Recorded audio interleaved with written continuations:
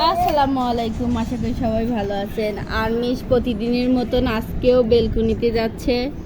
Balcony না, এটা জানলার পাশে। আমার ছেলে প্রতিদিন একইভাবে একইটা করে, প্রতিদিন এই মিলটা দেখে। আমার ছেলে মিল দেখতে যে কি পাইছে, আজকে মিলির লোকজন নাই, আর সেই কারণে বেশি যাচ্ছে না। এই যে আমার ছেলে আর্মিস, আমরা আজকে দাওয়াত খাইতে গেছিলাম, আমার ছেলে কিছুই খায় নাই, খাতে পারে নাই, বাট আমি ওর জন্য খাতে পারি নাই।